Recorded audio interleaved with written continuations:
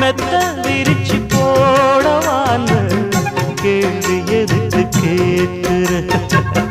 மெல்ல மெல்ல அணைக்கும் போது ஒதுங்கத்தானே பார்க்கிற அடிவாவாயந்தன் தேவி சொல்ல போரே ஒரு சேதி